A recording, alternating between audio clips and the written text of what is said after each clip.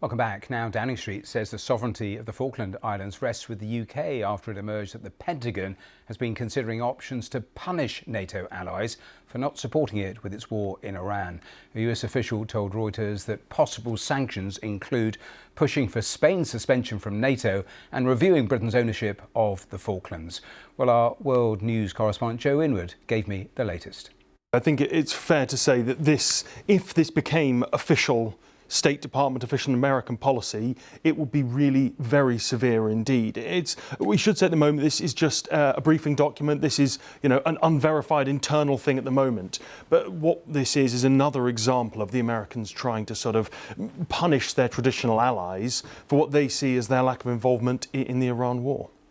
And it has prompted an immediate response from Downing Street, hasn't it? Yeah.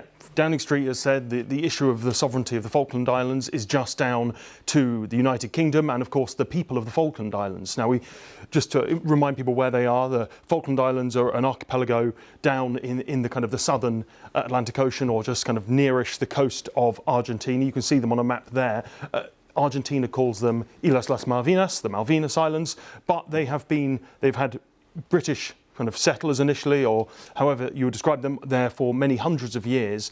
Those people voted in a referendum and they voted overwhelmingly to stay as part of the United Kingdom. We should also say that the point they make, the Falkland Islanders, is that they were there before Argentina was even a country. They don't view this as a question of a post-colonial state, but of two post-colonial states. So it is a complex argument.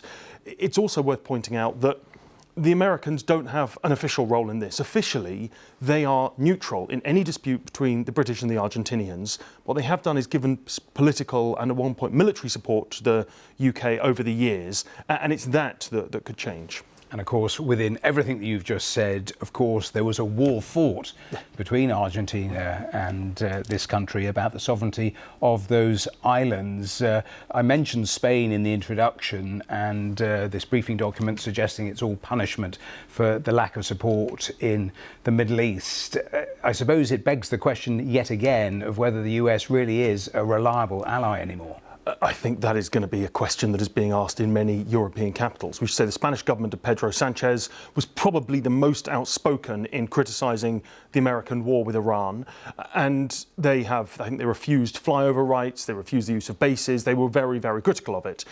It is also worth saying that the Spanish government have come out and said we don't respond to internal leaks, we respond to policy documents, not emails. There hasn't been an official change in policy here, and NATO have said that there is no provision to kick someone out of the alliance. So I think for now we should probably be viewing this more as a bit of American government sort of rhetoric or attempt to pressure its allies rather than as a specific shift in their direction. Although, as you say, Matthew, it really does follow a large number of incidents that are causing real concern to the alliance about the nature of the American allies.